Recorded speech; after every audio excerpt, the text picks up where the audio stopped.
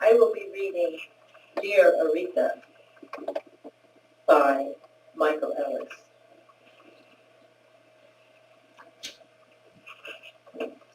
Dear Aretha, I always knew I would find you.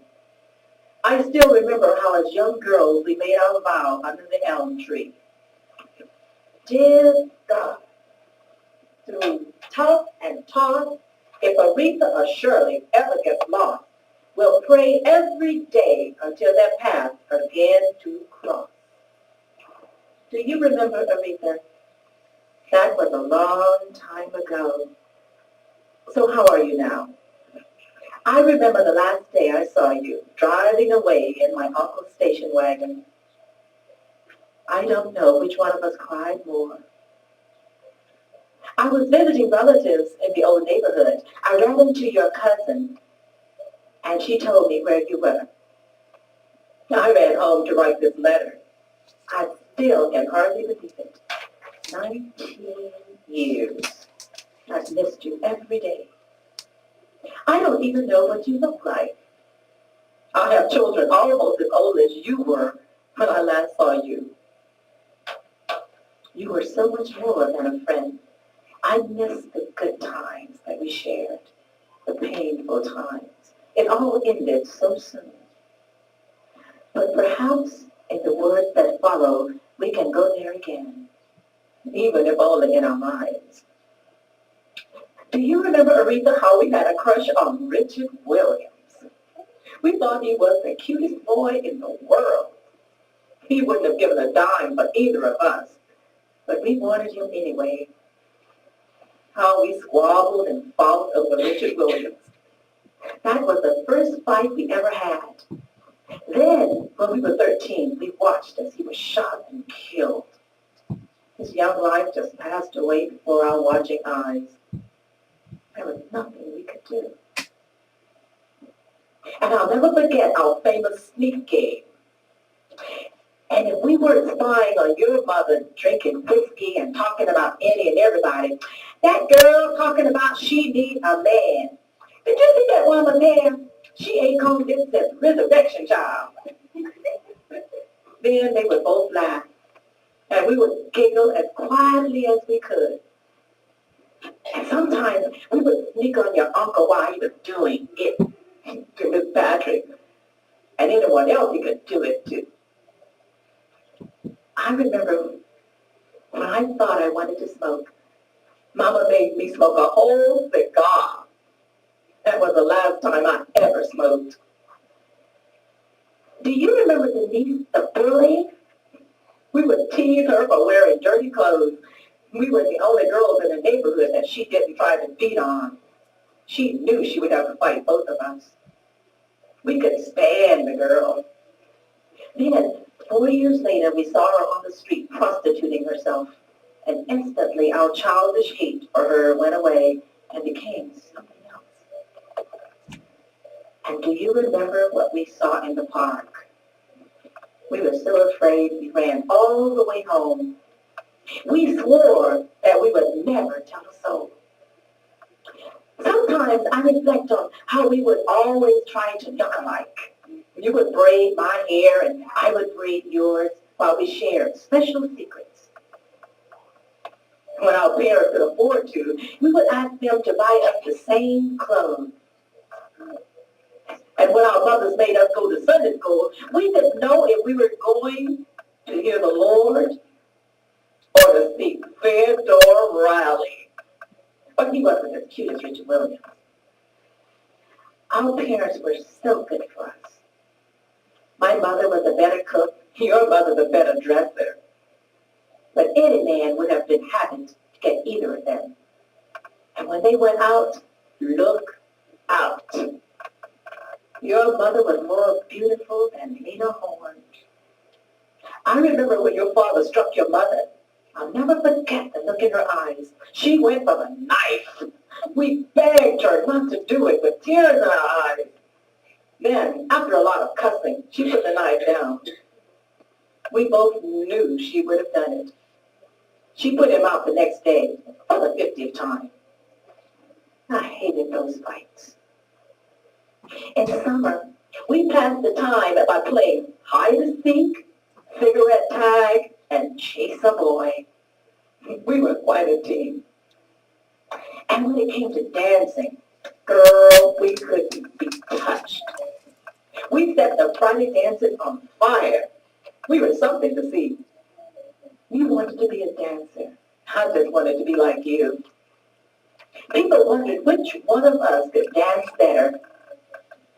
And though I wouldn't have admitted it then, you were better. Well, maybe. And there was the ninth grade when Chase the Boy turned into Kiss the Boy. I said he was using you. You said I was jealous. We were both right. And the very next summer, you lost the virginity we both swore we would keep forever. With someone who didn't care for you. I wanted to kill him, and you too. You took 6 baths that night. We both cried our eyes out. The end of innocence. And for a reason beyond our understanding, we didn't want to look alike anymore. We both grew up that day. And it seemed as if everything changed. It seems as though men, that which we had little regard for, were the very thing that came between us. Of course, I never stopped loving you, Aretha. And do you remember how you stole a dress from Macy's? You told your mother an old lady gave it to you. I knew she wasn't going to go for it. She whipped you so bad I could hear the screaming at my house, where I was getting a whipping for being your accomplice. To make things worse, Mama made me take the dress back. I always felt that your mother was more understanding than my own. Sometimes I loved her more than I loved my own mother. In secret, I told you I would never be like Mama.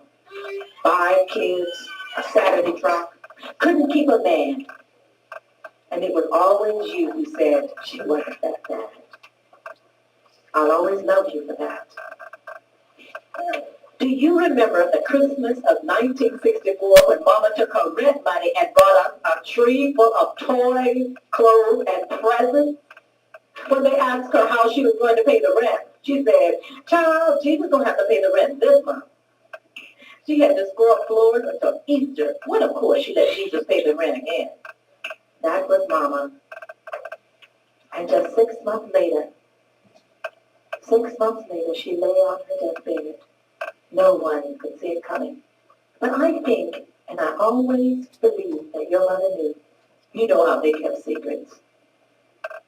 And the only words Mama could utter out were, "I've tried to be a good mama. I'm sorry." If I could have taken her place on her dying bed, I know I would have. And if the world had ended later that day, I wouldn't have known the difference. Dead at the age of 46. With your hands, you wiped the tears from my eyes at the funeral.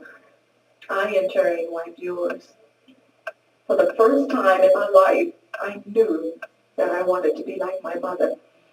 All the while, there was a strange kind of jealousy, I knowing that I could never walk in her shoes. 2 weeks after her passing was the last time I saw you. Going to the airport, I'll never forget seeing you for the last time through the windows of my uncle's old station wagon. Then I went to stay with an aunt in St. Louis. I felt as if I had died. First my mother, and then being taken away from you. All I could savor was the vow we made under the elm tree. We will pray every day in our paths to cross. All my special memories are left with you. I knew I hadn't seen the last of you. Once or twice I drove through the old neighborhood, but I was reluctant to stop. The house where you lived, it was different, cold. I knew that you had moved. The memories overtook me. I saw young children playing a new kind of tag while admiring me in a Jaguar playing That's my car. The way we used to play it. The girls are still playing Chase a Boy, only now they're doing a lot more than chasing. Richard Williams would pull our hair, but he was ever more a gentleman. And once I saw young girls playing on what used to be a swing and what used to be our park and what used to be a decent neighborhood. I placed a $50 bill in a young girl's pocket, hoping that when she went home, her mother would have been as happy as ours would have been. She looked a lot like you did. You know, those skinny legs. I have 3 children now. They are all well provided for. They have it better than we ever did. And I don't know if they are any happier than we were. With the help of relatives, I managed a law degree. I have a healthy marriage. I don't tell the children much about my past. Maybe it's for the best. My daughter asked me if I had any friends when I was younger, and I mentioned your name in passing, and the sadness of missing you, which has lingered so long, would only grow stronger. 19 years of wondering where you were, or how you were doing, or wanting to just see you or just touch you. And I tell them little about Mama. I don't know if it would be more painful for them or for me. You know, it's funny. I make more money in a month than Mama made in a whole year. And the house Mama could only admire in magazines, I now have. And still, I don't feel like half the woman she was. Sometimes, I wish I could go there again. Mama in the kitchen with a cigarette in her mouth. You getting your hair combed, making all the noise in the world. And Daddy, when he came around, would give you a dime to shut up just so he could watch the baseball game. Anyway, I guess that's enough old memories. But we were happy. What I would give just to hear the sound of my mother's laughter, to be in her kitchen again. And the greatest chef in Paris couldn't cook like her. Do you remember her peach cobbler? I heard that you're doing well for yourself. A divorced mother of 2, driving a car that would make the president blush. If Mama could see you now, she'd probably say, "Do it, girl!" We said we would make it. It was one of our secret promises. Thank you for keeping it. And your cousin told me about your beautiful home in the suburbs. I'm so happy for you. But did we really make it out, Aretha? Or are we really still there, back on East Nichols Avenue? Can we ever outlive the pain? Or will the joys of growing up there always remind us of the pain?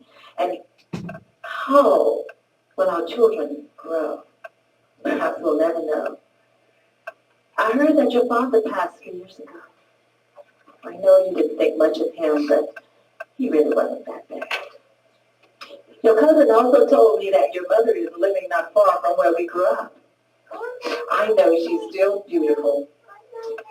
Well, Aretha, I guess I should close. I hope I didn't get carried away. I just miss you so much.